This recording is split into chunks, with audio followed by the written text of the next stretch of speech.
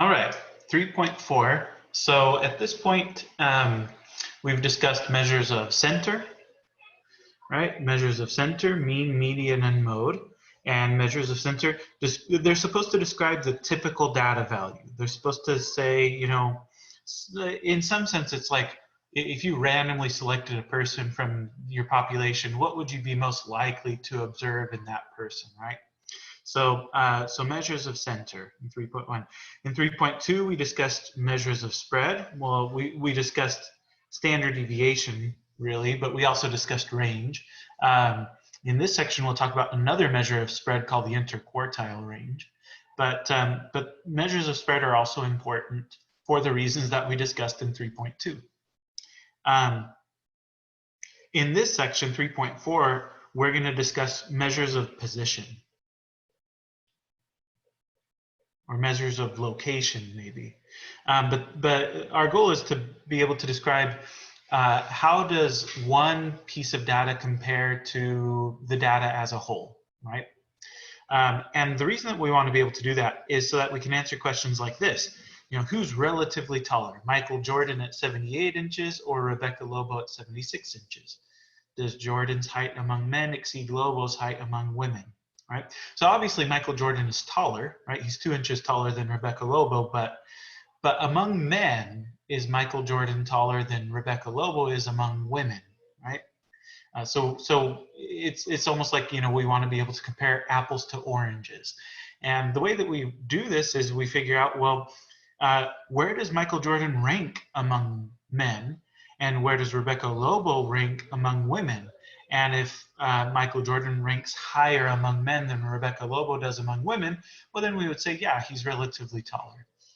So he is absolutely taller, but who's relatively taller, right? The way that we determine sort of their ranking among their respective groups is we look at what's called their z-score. So the z-score of a data value is the number of standard deviations that value is above or below the mean. So if we want to compute a z-score, we would say, well, first of all, we would need to find the distance that the observation is from the mean. So we say, you know, the observation x minus the mean mu. And then if we want to count how many standard deviations that is, then we would divide by a standard deviation. And so that's going to tell us how many standard deviations we are above or below the mean. If the data value x is larger than the mean, so if x is bigger than mu, then x minus mu is going to be positive, right? So the z-score will be positive. If, on the other hand, x is smaller than the mean, so if x is less than mu, then x minus mu is going to be negative, so the z-score will be negative. So a negative z-score tells you that you're below the mean, right? You're below average. A positive z-score tells you that you're above the mean, right? You're above average. Of course, if the observation is equal to the mean, then the z-score is just going to be 0. Your book rounds z-scores to 2 decimal places, and this is just a carryover from like old-fashioned charts back when we used charts and stuff to do statistics. But you know, so consequently, we're going to stick with the convention your book uses, which is to round z-scores to 2 decimal places. Okay, so let's answer that question, right? Is Michael Jordan relatively taller than Rebecca Lobo? Well, men have heights with a mean of 69 inches and a standard deviation of 2.8 inches. Women have heights with a mean of 63.6 inches and a standard deviation of 2.5 inches. So if Michael Jordan is 78 inches and Rebecca Lobo is 76 inches, who is relatively taller? So let's compute each of their z-scores, right? This is going to tell us how many standard deviations they are above the mean in their respective groups, okay? So for Michael Jordan, okay, his z-score is going to be his height, 78 inches, minus the mean height for men, right? Men have heights with a mean of 69 inches, divided by the standard deviation height for men, right? So men have heights with a mean of 69 and a standard deviation of 2.8, right? So 2.8. So that's going to be Michael Jordan's z-score. I'm going to punch that into my calculator here in a second, but let's just set up Rebecca Lobo's z-score. Rebecca. Okay, so her z-score is going to be her height, which is 76 inches, minus the mean height for women, right?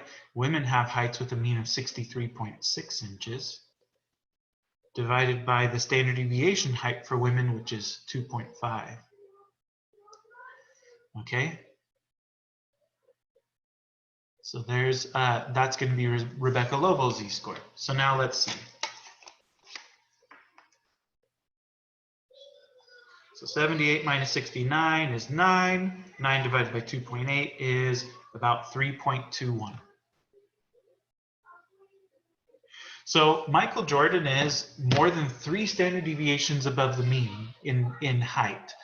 That's pretty tall, right? I mean, if you remember about the empirical rule, we know that 99.7% of data is within 3 standard deviations of the mean. So that means that Michael Jordan is in the top 0.15% of men for height. So that's really tall, which is kind of crazy because among other basketball players, he doesn't look that tall. But yeah, he's a really tall man, right? Let's see what Rebecca Lobo's z-score is. 76 minus 63.6 is 12.4, divided by 2.5 is 4.96. That's exactly 4.96. Okay, so Rebecca Lobo is almost 5 standard deviations above the mean. She is enormous. She is a giant among women, okay? So clearly the answer here is, yeah, Rebecca Lobo is relatively taller. So Michael Jordan is taller than Rebecca Lobo by 2 inches, but compared to other women, Rebecca Lobo is a huge outlier. She stands out hugely, right, from other women. So she is a giant among women. So yeah, we would say Rebecca Lobo is relatively taller. Okay. So that's that. That's how we make those comparisons. Now, some of you might be thinking like, okay, so the bigger z-score is always the answer. And that's not true, right? You just have to read the problem. In this case, we were interested in knowing who was relatively taller. So yeah, the person with the largest z-score is relatively taller. But if we were looking for who is relatively shorter, then the person with the smaller z-score would be the one who's relatively shorter. And you know, there could be lots of other reasons that we might look at the smaller z-score. So the moral of the story is just read the question and make sure that you're answering the question, right? Use your brains, use your logic, use your reasoning to figure out you know, whether you should be looking at the bigger one or the smaller one. Okay, so I'll let you look at number 2. Go ahead and pause the video and see if you can work this one out on your own. I'm going to go ahead and give you my solution now. So we want to figure out if the history test score is better or the psychology test score is better. And obviously, I mean, if we're just comparing the numbers, it's like 75 seems better than 27, but is it actually better? I mean, they don't even have the same number of points possible, right? Not to mention the fact that even if you looked at percentages, right? So one way to get over this problem would be to look at the percentages, like what percent correct did the person get on the history test versus on the psychology test. But that's still not necessarily a great indicator of what's a better test score, because what if the history test is harder than the psychology test, right? Like what if people just do worse on the history test? Or what if they just do worse on the psychology test? So the only way to tell which one is a relatively better test score is, you know, look at the z-scores and compare them that way. Well, that may not be the only way to make the comparison, but that would be a good way to make the comparison, a better way to make the comparison than to look at just percentages or whatever. Definitely better than just looking at the points. So, okay, so I'm going to do the same thing that I did before, right? I'm going to compute a z-score for the history test, and I'm going to compute a z-score for the psychology test. And you can hear my kids going crazy in the background. You're going to hear that throughout the course. I apologize, but you know, that is just the nature of the situation we're in. Anyway, so for the history test, z-score, person got a 75. The mean score was 80, right? And the standard deviation was 12. On the psychology test, they scored a 27. The mean score on the psychology test was a 30, and the standard deviation was an 8. Okay, let's see what we get. 75 minus 80 is -5 divided by 12 is about -0.42. 27 minus 30, whoops, 27 minus 30 is -3. Divided by 8 is, this comes out to about -0.38. Okay. So one thing that you'll notice is that the z-scores in this case, they're both negative, which means that this particular student did below average on both tests. So neither one of these test scores is particularly good, right? They were below average on both of them. But the question is, which is the better test score, right? Well, the better test score would be the largest z-score, and you have to be careful here because since you're working with negative numbers, right? Both of these numbers are less than 0. So the largest of these numbers is going to be the one that's closest to 0, right? And that would be -0.38. So the score on the psychology test is a relatively better test score. They did more below average. They scored further below average on the history test than they did on the psychology test, right? So the psychology test is a better test score. So the psychology test is better.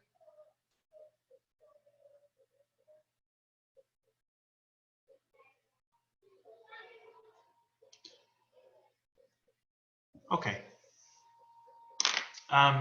So that's how z-scores work. They're a measure of position, right? They tell us, you know, where data falls with respect to the rest of the data you're looking at. Another measure of position is the quartile.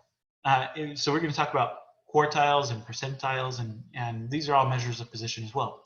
But quartiles are the markers that separate the data into 4 equal groups. And if you think about it, if you're splitting the data into 4 equal groups, then you only need 3 markers to do it, right?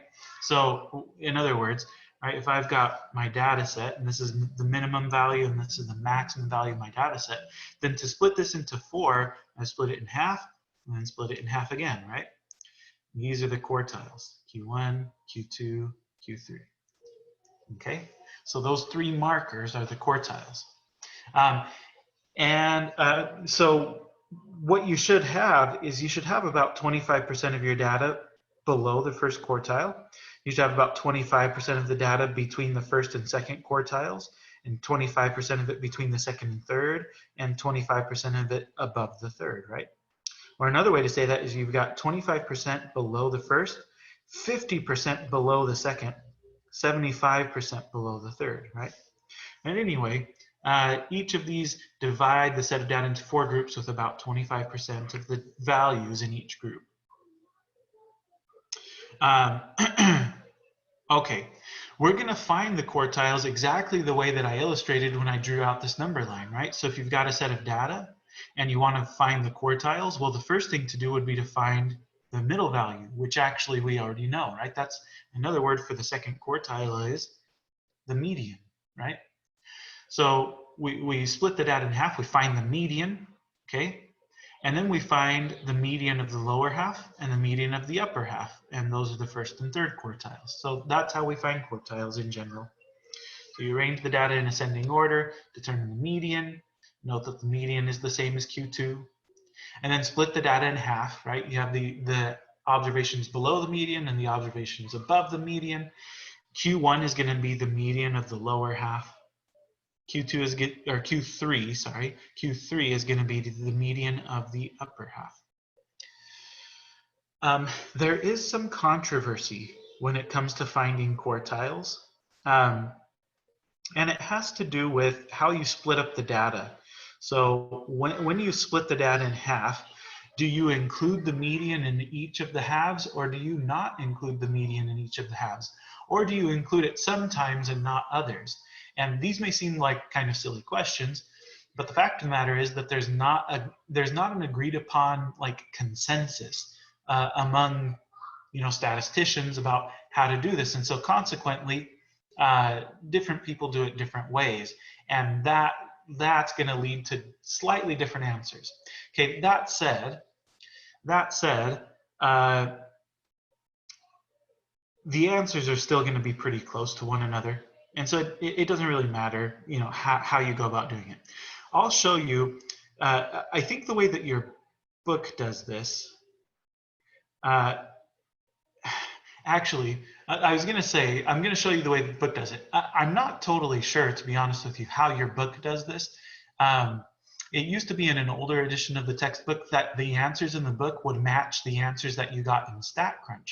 And I don't know if that's always the case anymore. So, I'm not exactly sure, but I'm going to show you one way to do it. And then in the next section, in 3.5, I'm going to show you how to use StatCrunch to get the quartiles. And the way that StatCrunch does it is a lot more complicated than the way that I'm going to show you. And so consequently, the answers that you're going to get in StatCrunch could be slightly different answers than the answers you get, doing it by hand. Don't worry about it too much. On a test or a quiz, I would be lenient, right? Like, as long as you're getting the right answer using one of those methods, then I'm okay with your answers. Okay. But here's how I would do quartiles by hand. So it says find the quartiles of the following sets of data. So if I want to find the quartile of this set of data, first of all, the data values have to be arranged in order. And fortunately for us, these values are all already arranged in order. Okay. But to find the quartiles, the first thing I would do is find the median. Okay. So the median is going to be the middle value. There are 1, 2, 3, 4, 5, 6, 7, 8, 9, 10, 11 values. So the median is going to be the sixth value. 1, 2, 3, 4, 5, 6. That one right there. Okay, that's going to be the median. And you can verify that, right? You can count up 1, 2, 3, 4, 5 values below this, and then 1, 2, 3, 4, 5 values above this. So that's the median for sure. So that's Q2, right? That's Q2, which is the same thing as the median. Okay. Now, once I've found the median, then I split the data in half. And when we do this by hand, we're not going to include 8 in the lower and upper halves. Okay. So we're just going to pretend that 8 doesn't exist in the data set. And now looking at the lower half, there are 5 values. The one that's right in the middle is the third value, right? So that's Q1. And that would be Q3. Okay. So Q1 is 5, Q2 is 8, and Q3 is 11, and those are the quartiles. Okay, so that's how that works by hand. Let me give you another example. Okay, part B. This time we have 1, 2, 3, 4, 5, 6, 7, 8, 9, 10 values. So we don't have, well, so the median is going to be the average of the two values that are closest to the middle, right? So if you have 10 values, 1, 2, 3, 4, 5, the median would be somewhere right here. Now you have 5 values below this line and 5 values above this line, right? So that would be the median. Well, so the median then is going to be the average of these two numbers, right? So we're going to say Q2, right, which is the same thing as the median, is 7 plus 8 over 2. That's 7.5. And then you split the data in half, right? 7.5 is the median. So the lower half is going to consist of these 5 numbers, okay? Of which 5 is right in the middle. So Q1 is 5, and Q3 is 10. Okay? So I guess if I lay it out like I laid it out before, it would look like this.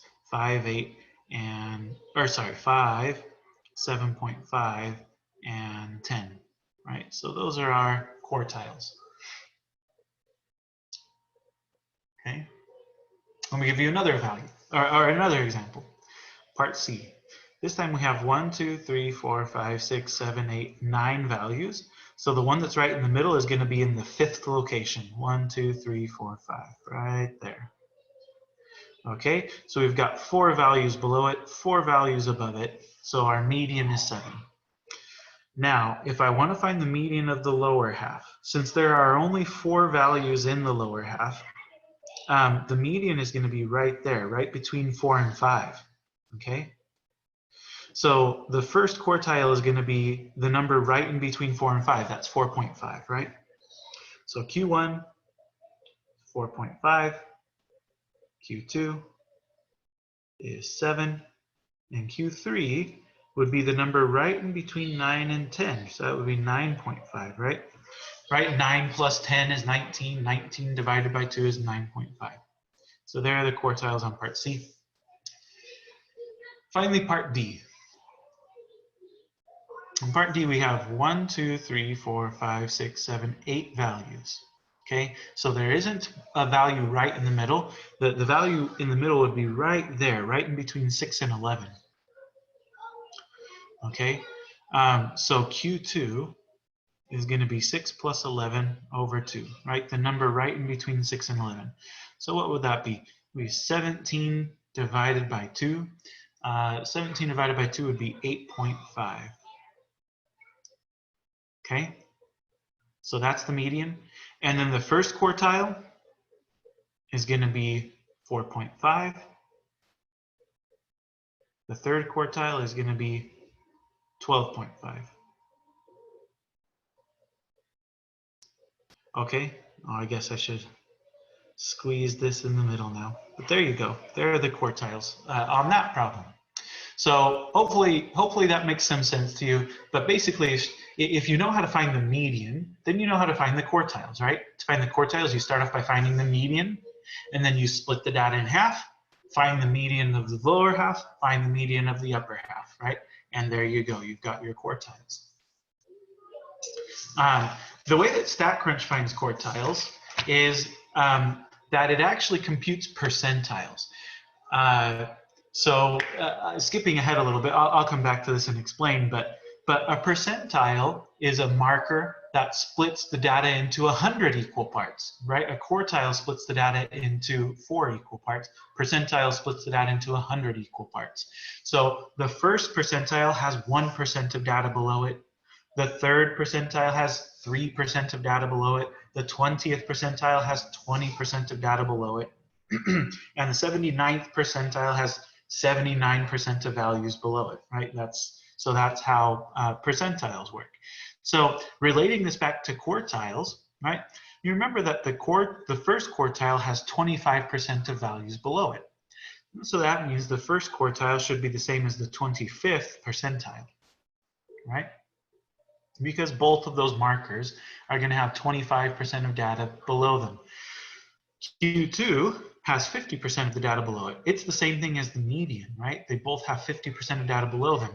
Well, that would be the same as the 50th percentile, okay? And Q3 would be the same as the 75th percentile, right?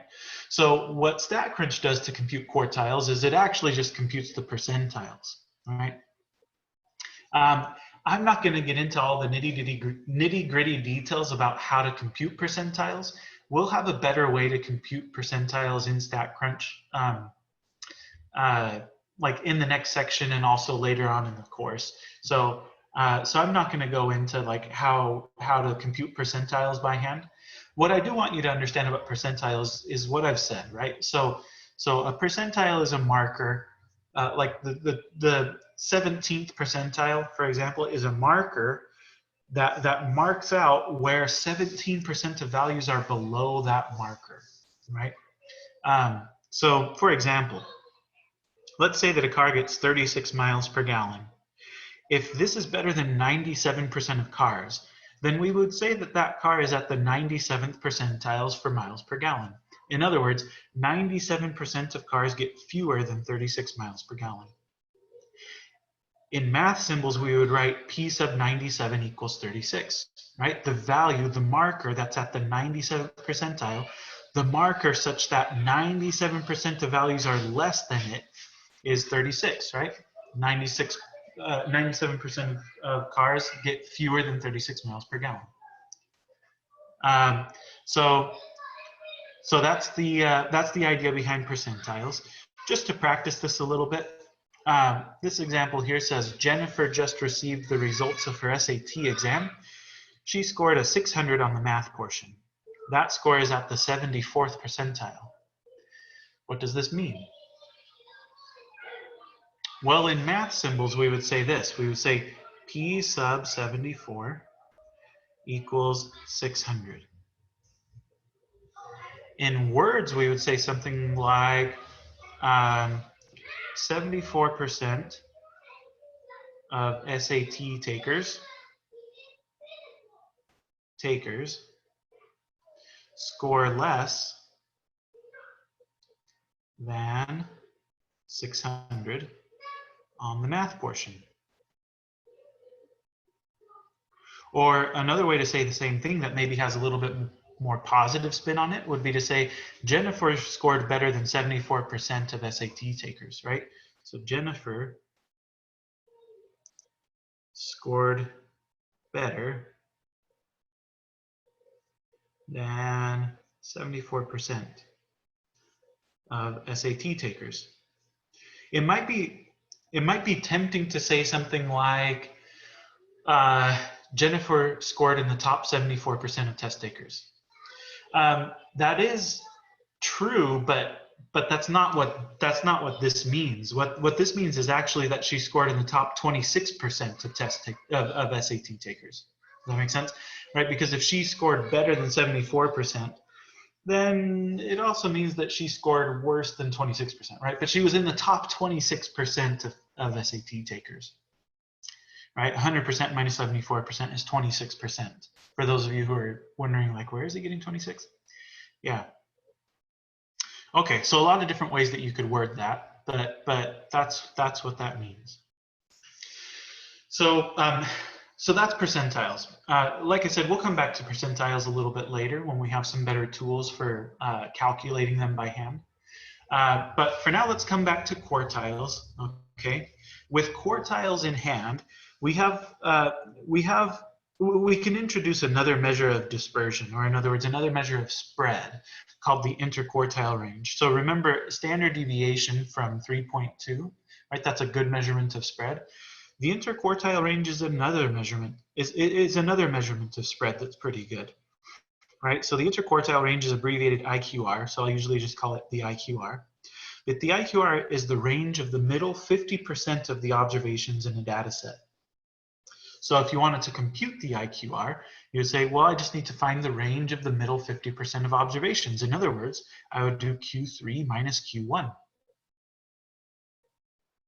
And that's it, right? So the interquartile range is pretty simple to compute, and it also has a nice, the nice quality of being resistant to outliers. The standard deviation is not, right? So the standard deviation is not a resistant summary. If you think about it, the standard deviation, if you remember the formula for the standard deviation, it requires you to use the sample mean. And as we've discussed, the mean is not a resistant summary. So if the mean is not resistant and you use the mean when computing the standard deviation, then the standard deviation isn't going to be resistant either, right? So the standard deviation isn't resistant. And for those of you who are like, wait, what does resistant mean again? Resistant means that the value of the IQR here, it's not going to change very much when you add really large or really small values into the data set, right? It's going to stay pretty firm, pretty fixed. Whereas the standard deviation could change pretty dramatically by adding really large or really small values, excuse me, or really small values into the data set.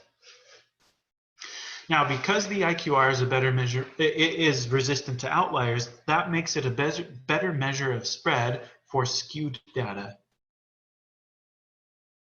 Than the standard deviation is, okay? And then another thing about the IQR is that it's similar to the range and the standard deviation that we've talked about before, in the sense that the more spread out the data is, the larger the IQR will be. Okay, so a large IQR suggests a larger amount of spread in the data. Okay, here's an example. It says the scores on an exam from a Math 21 class are below. Calculate the IQR. And they give us a ton of space here, but I don't think it actually is going to take this much space at all. I think it takes like one line to do this problem. But the scores, okay, so here are the scores. They're already laid out for us in order from smallest to largest, which is nice. If we want to calculate the IQR, then we need to start off by finding the quartiles. To find the quartiles, we first have to find the median, right? So let's see, there are 1, 2, 3, 4, 5, 6, 7, 8, 9, 10, 11 values here. So the one that's right in the middle is going to be in the 6th spot. So that's 1, 2, 3, 4, 5, 6. That's that value right there. And that looks about right. Okay, it looks to be right in the middle. And you can count 1, 2, 3, 4, 5 values below it. 1, 2, 3, 4, 5 values above it. So that's definitely the median. Now to find, so that's Q2. We should label it, I suppose. Now to find the first quartile, we find the median of the lower half. The lower half has 1, 2, 3, 4, 5 values in it. So the median of the lower half is going to be the one right in the middle. Okay, so 34 is Q1. And similarly, 77 is Q3, right? So what's the IQR? Well, the IQR would be Q3 minus Q1, right? It's the range of the middle 50% of the data. So that would be 77 minus 34, and that comes out to 43. And that's all there is to it, right? So that's the IQR. So it gives you some notion for how spread out the data is. Tying this together with stuff that we've done in the past, you'll recall, I hope, from 3.1 that we had 3 measures of center: the mean, the median, and the mode. Okay? And each of these things was appropriate for different reasons. Okay? You can see kind of our summary at the end of 3.1 for a discussion about that. Now we've discussed 3 measures of spread: the range, the standard deviation, and the interquartile range. So, excuse me. So to have a discussion about when each of these things is appropriate, first of all, let me say that the range is almost never used. It's pretty unimportant. It's like not a very good measurement of spread at all. So we rarely use the range for anything. The standard deviation is good to use when you have symmetric data, and the interquartile range is better when the data is skewed. So putting it all together, right? Based on the shape of your distribution, that's going to tell you what measure of center to use and also what measure of spread to use. So if you have symmetric distribution, in other words, a bell-shaped or a uniform distribution, then the measure of center you should use is the mean, and then the measure of spread you should use is the standard deviation. But if you have skewed data, then the measure of center you should use is the median, and the measure of spread you should use is the IQR. Okay, so mean and standard deviation go together in the same sense that mean and IQR go together. Or sorry, median. Let me say that again. So mean and standard deviation go together. Median and IQR go together. Okay. And again, remember, you've got to commit these symbols to memory. If you haven't done so already, you need to know what these things are. Okay, you need to know what the symbols mean. Okay. One last thing to say about quartiles. Quartiles are good for determining if a certain observation is unusual. I think at the beginning of this lecture, I threw out the word outlier, and I may have done that in previous lectures as well. And we can define exactly what we mean by outliers in a bunch of different ways, actually. There are a lot of different ways to define what an outlier is. But one way to define an outlier is to use quartiles and the IQR to compute what we call fences. And then anything outside of the fences is considered an outlier. So fences serve as a cutoff point for determining outliers, right? The lower fence is going to be Q1 minus 1.5 times the IQR. And the upper fence is going to be Q3 plus 1.5 times the IQR. And you know, if you're wondering why we're subtracting on one of them and adding on the other and stuff, let's try to make some sense of this formula, okay? So let's say you have this set of data. And let's say that, so this is just a number line, right? So you've got this number line. And let's say that Q1 lives here and Q3 lives here. So Q1 and Q3, and Q2 is somewhere in between them, but that doesn't really matter, okay? Now, the IQR, the interquartile range, would be the distance between these two marks, right? So the IQR is this distance right here, okay? 1.5 times the IQR would be this distance plus half of that distance added onto it again. So just eyeballing it, it would be maybe be like this distance from my left finger to my right finger, okay? Now, if you think about Q1 minus 1.5 times the IQR, so Q1 minus this distance from one finger to the other, Q1 minus that distance, right, would put you about there, right? So this would be our lower fence. And then Q3 plus 1.5 times the IQR would put you about here. So this would be our upper fence. Okay. And what we're saying is that any data value that's outside of the fences. So you know, so here are our fences. Anything inside of the fences is considered normal, right? But anything outside of the fences, so anything larger than the upper fence or smaller than the lower fence is considered an outlier, okay? So that's the idea. Like I said, there's more than one way to define outliers. This is just one of the ways that's typically used, okay? But yeah, so we'll say anything outside of these fences is an outlier. Let's practice. This one says the Highway Loss Data Institute routinely collects data on collision coverage claims. Collision coverage insures against physical damage to an insured individual's vehicle.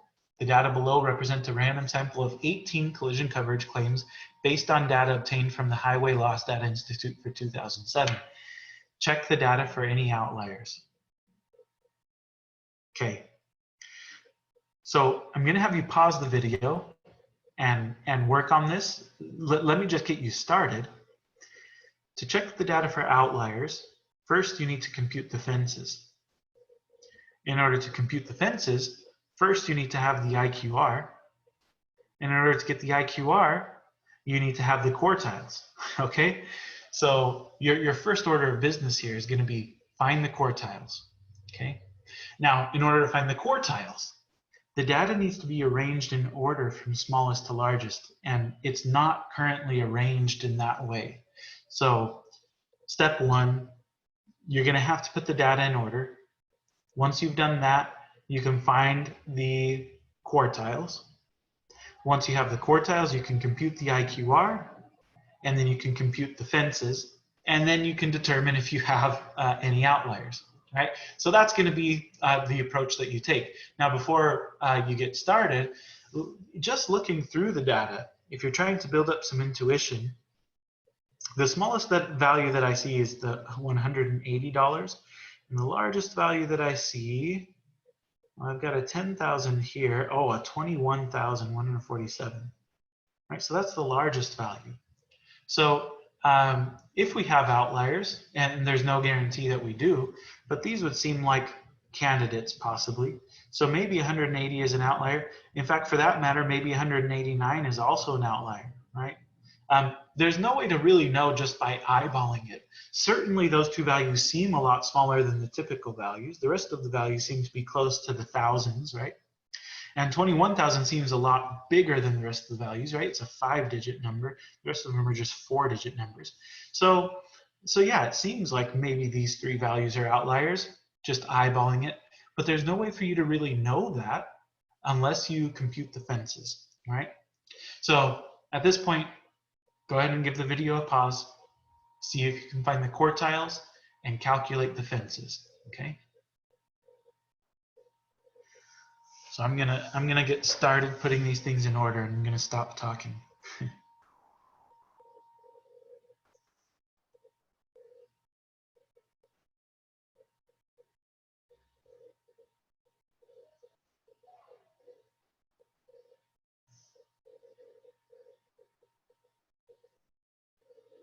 It's kind of hard to do.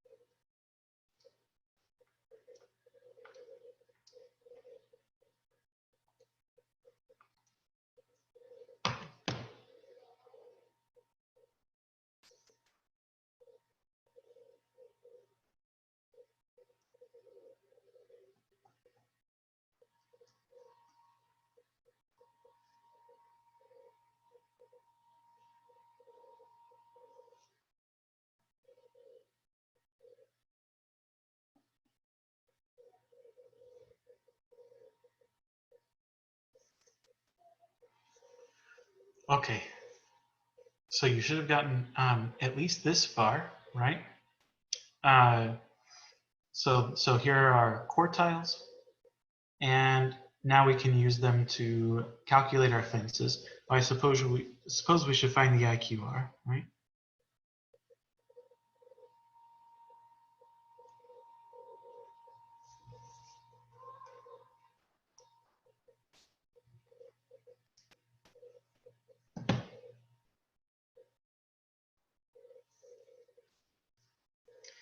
Okay, so the IQR is 3933.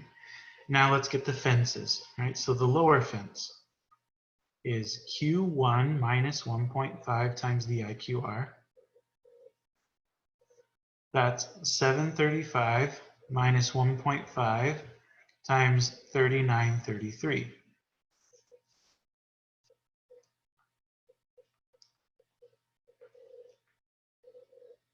Which comes out to negative 5,164.5.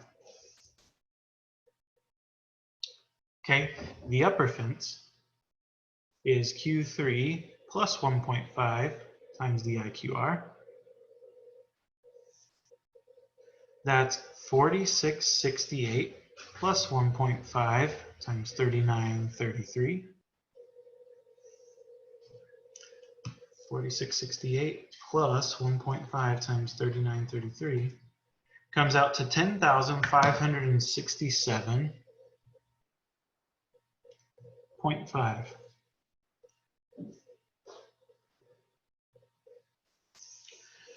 Okay, so I've got my fences now. I can use them to determine if I have any outliers. Remember that the outliers are going to be the values that are outside of the fences. So anything smaller than the lower fence or anything bigger than the upper fence. Well, in this case, obviously I don't have anything smaller than my lower fence, right? The smallest value that I had was 180, and it's bigger than negative 5,164.5, right? So I don't have any outliers on the lower end of things. On the upper end of things, well, 21,147 is definitely an outlier, okay? It's bigger than 10,567.5. 10,034 is not an outlier. It's close, right? It's a close call, but not quite, right? Not quite an outlier. So our only outlier is $21,147. The insurance company must have just completely replaced that car or something, right? $21,147. Okay, so that's that one. So kind of a long process to figure out if you have any outliers if you're doing the work by hand. In the next section, I'll show you how to do it in StatCrunch. It goes a lot quicker. But let's just review one more question. We'll review everything that we've talked about in this section so far. So this one says, a group of Brigham Young University, Idaho students collected data on the speed of vehicles traveling through a construction zone on a state highway where the posted speed was 25 miles per hour. The recorded speed of 14 randomly selected vehicles is given below.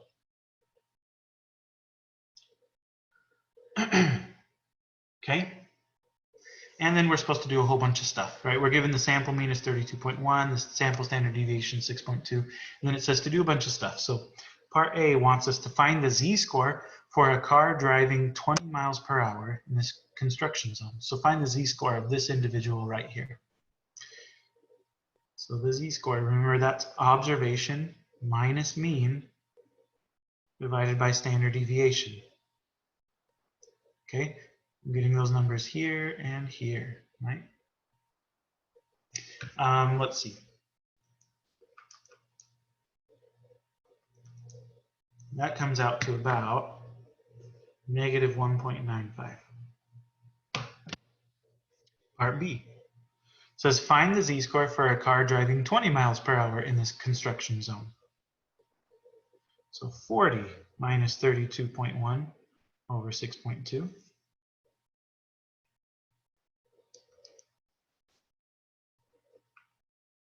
1.27.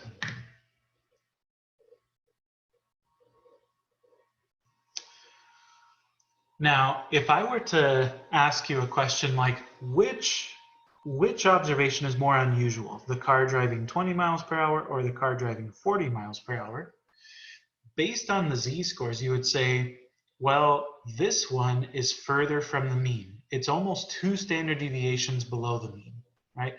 Whereas this one is closer to the mean. It's 1.27 standard deviations above the mean, so it's like 1 1/4 standard deviations above, whereas this one is almost 2 standard deviations below. So this one is more unusual, right? So again, if I were to ask you which observation is more unusual, a car driving 20 miles per hour through this construction zone or a car driving 40 miles per hour through this construction zone, you would say the one driving 20 miles per hour would be more unusual, okay? And that tells us something about human nature, right? Because notice that the posted speed limit was 25. So this person is only going 5 miles under the speed limit, and this person is going 15 over the speed limit. And yet, people are much more likely to be going 40 than they are to be going 20 through this construction zone, right? So a very accurate portrayal of real life, I think. But anyway, that's that. Now part C asks us to determine the quartiles. Well, these were 14 randomly selected vehicles. So the middle two are going to be in position 7 and 8. 1, 2, 3, 4, 5, 6, 7, and 8. Right, so those are the middle two. So the median would be 32 and a half, right? So Q2 is 32 and a half. I'm not going to write that down yet. I want to write them down in order. Now I've got 1, 2, 3, 4, 5, 6, 7 in the lower half. So the median of the lower half, in other words, Q1, is going to be that one right there in the fourth position. So Q1 is 28. Q2 is 32.5. And Q3, and 1, 2, 3, 4 would be 38. So there are the quartiles. Part D. It says compute the IQR. Well, I've already got the quartiles, so that's easy. It's going to be Q3 minus Q1. 38 minus 28 is 10. And then part E. It says compute the lower and upper fences. Are there any outliers? So lower fence is Q1 minus 1.5 times the IQR. That's 28 minus 1.5 times 10, which is 13, I think. The upper fence is Q3 plus 1.5 times the IQR. That's going to be 38 plus 1.5 times 10.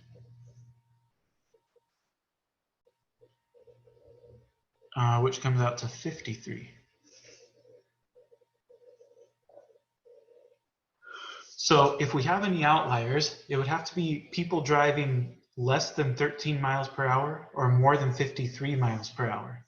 And it doesn't look like we have any of those, right? The smallest value is 20, the largest value is 40. So we would say no outliers, right? There are no outliers here. Okay, and that's that. So here's your homework assignment. I'm asking you again not to use StatCrunch. You can use a calculator and then do the work by hand. I'll show you how to do the stuff in this section in StatCrunch in the next section. Okay.